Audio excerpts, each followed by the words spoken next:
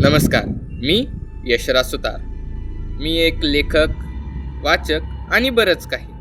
पण मला असं वाटतं की आपल्याकडे असलेल्या कला आपण समाजाला दाखवल्या पाहिजे. कारण त्या कला म्हणजे एक बीज आहे आणि ते बीज समाजात रोवल्याशिवाय त्याची फळं आपल्याला सांगणार नाहीत की तुझ्याकडे काय आहे.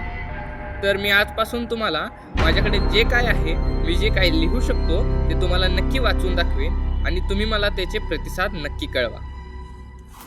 तर आजच्या माझ्या कथेचं नाव आहे जेव्हा मी स्वतःला सापडतो. श्रीरामाच्या कृपेने आज काही लोकांना हात, पाय या दोघांचे समतोल राखण्यास सुदृढ शरीर मिळाले आहे. पण वाईट याचे वाटते की सगळे सारखे असून लोक स्वतःला कमी, वेगळे, खराब समजतात. पण मला याचा अभिमान आहे की अभिमानास्पद वाटणाऱ्या बुद्धीचा मी अभिमान राखू शकतो. मी यशराज संग्राम पूजा सुतार, सह्याद्रीच्या छाव्याची विचाररूपी गर्जना जिथे आजही घुमते, त्या भूमीतल्या घडाडणाऱ्या तलवारींचा नाद. मला माहीत नव्हते की माझ्यात सुद्धा काहीतरी वेगळं आहे. कस्तुरी हरणाला निदान त्याच्या बेंबीतून सुगंध तरी येतो, त्याला त्याच्या ध्येयाचा पाठपुरावा करण्यास मार्ग तरी असतात.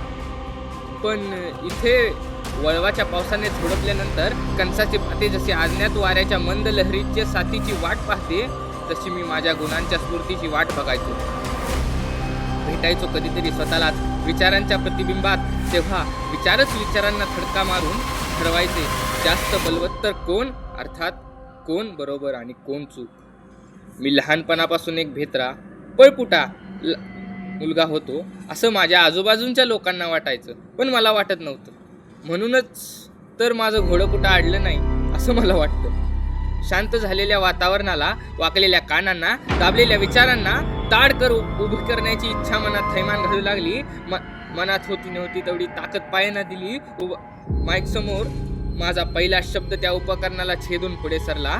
समोरच्या चार भिंतींना तिथून परत आला आणि आश्चर्य तर काय, मी स्वतःला सापडलो.